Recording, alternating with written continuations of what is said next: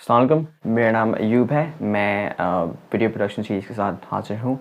आज पहली एपिसोड में हम डिस्कस करेंगे story telling, idea creation.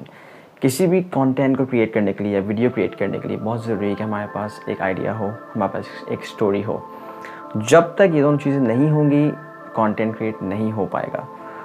Story telling basics आज हम डिस्कस करेंगे आज के एपिसोड में, और ये बताएंगे आप लोगों को कि आप आइडिया किस तरह बना सकते हैं किसी भी फिल्म के लिए, किसी भी डॉक्यूमेंट्री के लिए या किसी भी अपनी स्मॉल वीडियो के लिए, और उसको आप उस आइडिया को आप आइडिया से लेके स्टोरी में कैसे बयान कर सकते हैं, यानी कि उस आइडिया को उसको एक स्टोरी में कैसे डाल सकते हैं। सबसे अहम बात समझने वाली वो ये है कि किसी भी वीडियो की स्टोरी आपसे शुरू होती है, वो किसी और शुरू नहीं होगी।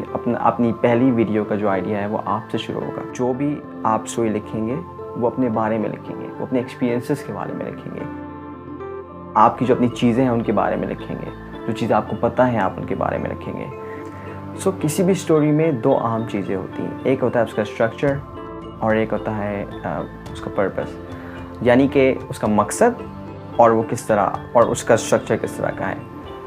मकसद बहुत ज़रूरी है। किसी भी स्टोरी में आपको पता होना चाहिए कि आप वो स्टोरी क्यों बना रहे हैं, उसकी वजह क्या है, मैं क्यों एक कहानी बयान कर रहा हूँ। फॉर एग्ज़ाम्पल, अगर मैं अपनी पहली कहानी लिखूँगा तो मैं अपनी कहानी अपनी माँ के बारे में लिख सकता हूँ कि उन्होंने मेरी परवरिश कैसे की।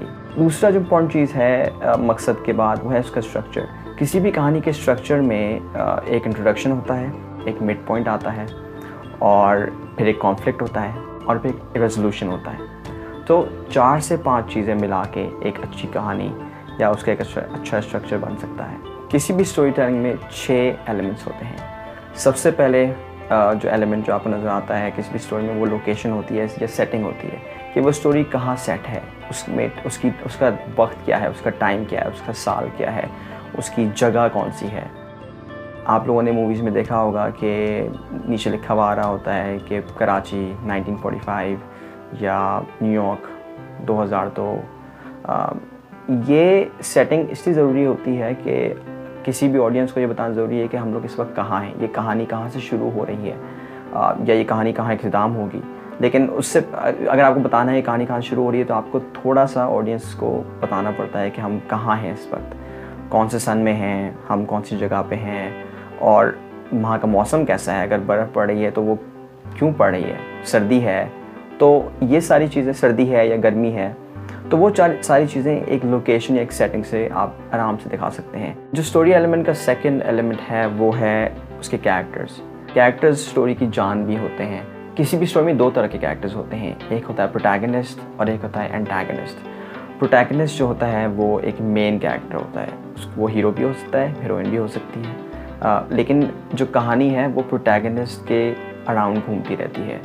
कि किसी भी प्रोटैगनिस्ट का एक गोल होता है, उन्होंने वो गोल हासिल करना होता है, और जो लिखने वाला होता है कहानी, वो पूरी कहानी उन्हीं एक प्रोटैगनिस्ट के अराउंड या 2 प्रोटैगनिस्ट के अराउंड, आपके ऊपर डिपेंड करता है, के अराउंड घुमाता है।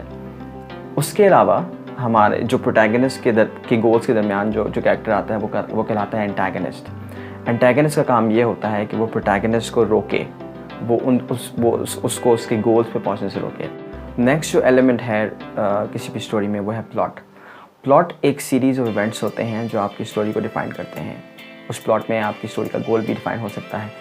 फॉर एग्ज़ाम्पल, एक किसी भी कहानी का एक प्लॉट ये हो सकता है कि एक ग्रुप है क्लाइंबर्स का, वो K2 जा रहे हैं, उनका मकसद है K2 क्लाइंब करना विंटर सीज़न में। ये एक प्लॉट लाइन हो सकती है, और उनका एक स्पेसिफिक मकसद हमारी इस प्लॉट लाइन से डिफ़ाइन हो रहा है। अगला स्टोरी एलिमेंट है कॉन्फ्लिक्ट जो है वो स्टोरी को ड्राइव करता है। तो बहुत ज़रूरी है कि आपका कॉन्फ्लिक्ट बहुत क्लियर हो। जैसे मैंने बताया कि हमारे एक प्लॉट है कहानी का, इसमें हमारे ग्रुप ऑफ क्लाइंबर्स जा रहे हैं माउंट एवरेस्ट या K2 जा रहे हैं क्लाइंब करने। अब इसमें कॉन्फ्लिक्ट पैदा करने के लिए या तो वो गए और उन्होंने क्लाइंब कर ली ईजिली, इसमें कोई कॉन्फ्लिक्ट पैदा नहीं हुआ, इसमें उन्होंने क्लाइंब कर ली, वापस आ गए, सब कुछ खुश होके घर चले गए। लेकिन स्टोरी को इंटरेस्टिंग बनाने के लिए उनके लिए मुश्किलात पैदा हो सकती हैं। अगर वो चढ़ रहे हैं किसी भी माउंट एवरेस्ट को या किसी भी पहाड़ी को, तो उनमें से एक क्लाइंबर की इंजरी हो जाती है, तो बाकी 3 क्लाइंबर्स या 4 क्लाइंबर्स कैसे अकेले वो चढ़ेंगे ऊपर तक, कैसे जाएंगे, उनको क्या मुश्किलात पेश आएंगी। ऑडियंस को ज़रूरी है कि वो इमोशनली अटैच हों एक कहानी से, क्योंकि जब भी किसी कहानी में कॉन्फ्लिक्ट होगा तो वो जो आपका जो प्रोटैगनिस्ट है, जो मेन कैरेक्टर है, उसकी बहादुरी सामने आएगी। जब तक उसकी बहादुरी सामने नहीं आएगी वो आपको हीरो नहीं दिखेगा। जो फाइनल 2 एलिमेंट्स होते हैं किसी भी स्टोरी के, वो होता है थीम, उसकी वो स्टोरी किस चीज़ के बारे में है। क्या वो स्टोरी किसी पहाड़ी इलाके में बेस्ड है तो वो किसी वहाँ पे विमेन के बारे में है, पहाड़ी इलाके में विमेन कैसे रहती हैं, या उसकी थीम ये भी हो सकती है कि पहाड़ी इलाकों में पानी अगर है तो पानी कैसे लाया जाए, पानी की कमी है तो पानी कैसे लाया जाए। किसी भी स्टोरी को जब आप लिखेंगे तो वो बहुत ज़रूरी है कि उसमें एक इमोशनल एंगल हो। जब तक वो इमोशनल नहीं होगी वो ऑडियंस को नहीं भाएगी। उसमें अगर इमोशनल एंगल नहीं होगा तो बहुत मुश्किल होगा वो स्टोरी कैचअप करे किसी भी ऑडियंस के साथ। तो इन एलिमेंट्स से आप खेल के किसी भी कहानी को एक हैप्पी कहानी बना सकते हैं या किसी भी कहानी को एक सैड कहानी बना सकते हैं। ये आपके ऊपर है।